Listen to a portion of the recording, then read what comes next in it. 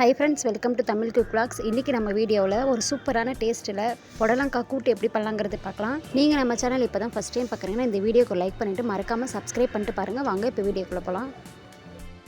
புடலங்காய் கூட்டு செய்ய பாசிப்பருப்பு 100 கிராம் எடுத்துக்கலாங்க. இது கூடவே 2 டேபிள் ஸ்பூன் பருப்பு எடுத்துக்கலாம். நம்ம பருப்பு எடுக்கிறதுக்கு பதிலாக கடலைப்பருப்பு கூட சேர்க்கலாம். பருப்பு சேர்த்துட்டு இது கூட தண்ணி சேர்த்து 2-3 தடவை நல்லா கழுவி எடுத்துகிட்டு வந்துடலாங்க. பருப்பு நல்லா கழுவிட்டு இது கூட ஒரு 10-15 பல் பூண்டு சேர்த்துடலாம். பூண்டு சேர்த்துட்டு இது கூடவே கொஞ்சமாக மஞ்சத்தூள் சேர்த்துடலாம்.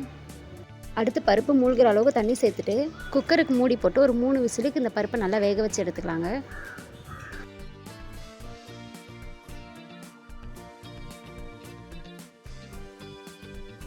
அடுத்தது மிக்ஸி ஜார் ஒன்று எடுத்துக்கலாம். அதில் தேங்காய் கொஞ்சமாக சேர்த்துக்கலாம்.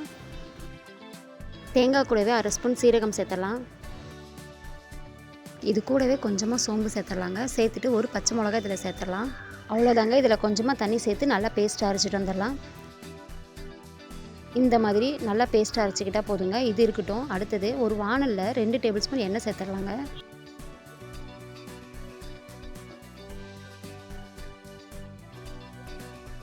எண்ணெய் நல்லா சூடானதும் இது கூட 1 டீஸ்பூன் கடுகு சேர்த்துடலாம். கடுகு சேர்த்துட்டு கொஞ்சமாக கடலைப்பருப்பு சேர்த்துடலாம். அடுத்து கருவேப்பிலை ஒரு கொத்து சேர்த்துடலாம்.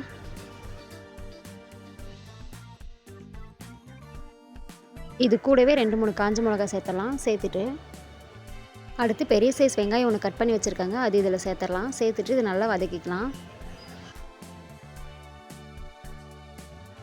இந்த வெங்காயத்தை ரொம்ப வதங்க விடாமல் லைட்டாக வதக்கினா போதுங்க.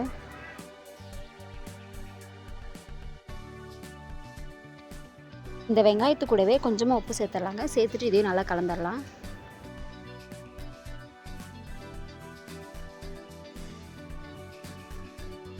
இந்த வெங்காயத்தோட கலர் நல்லா மாறினதும் இது கூட ஒரு தக்காளி கட் பண்ணி வச்சுருக்காங்க, அது சேர்த்துடலாம். சேர்த்துட்டு இந்த தக்காளியை நல்லா வதக்கி விட்டுடலாம்.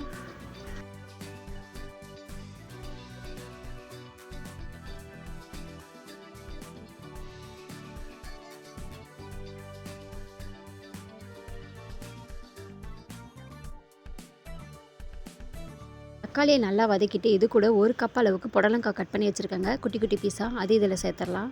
சேர்த்துட்டு இந்த புடலங்காயை நம்ம வதக்கின வெங்காயம் தக்காளியோடு நல்லா மிக்ஸ் பண்ணி விட்டுடலாங்க.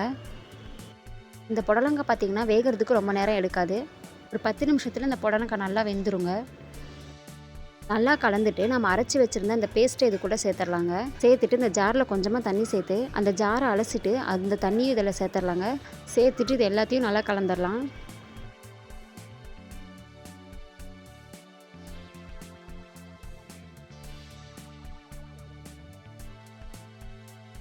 இந்த புடலங்காய் நல்லா வேகிற ஸ்டேஜில் பார்த்திங்கன்னா நம்ம வேக வச்சு எடுத்து வச்சுருந்த பருப்பு இதுக்குள்ளே சேர்த்துடலாம்.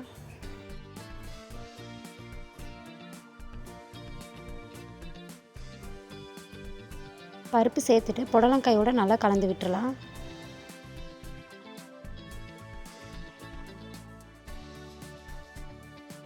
கலந்துட்டு இது கூட கொஞ்சமாக தண்ணி சேர்த்துடலாங்க. தண்ணி சேர்த்துட்டு இதையும் நல்லா கலந்து விட்டுடலாங்க. அவ்வளோதாங்க. இந்த பருப்பு புடலங்காய்லாம் ரொம்ப நேரம் வேகணும்னு அவசியம் இல்லை. அடுப்பு ஹை ஃப்ளேமில் வச்சு ஒரு கொதி வர வரைக்கும் நல்லா கொதிக்க விட்டுறலாம். பாருங்கள், புடலங்காய்லாம் நல்லா வெந்துருச்சு. குழம்பும் நல்லா திக்காயிட்டு வருது. இதை லைட்டாக அப்படியே கலந்து விட்டுறலாம். கலந்துட்டு இது ஸ்டவ் ஆஃப் பண்ணி இறக்கிடலாம். அதுக்கு முன்னாடி வாசனைக்காக கொஞ்சமாக மல்லி இலை சேர்த்துடலாங்க. சேர்த்துட்டு நம்ம இறக்கிடலாம்.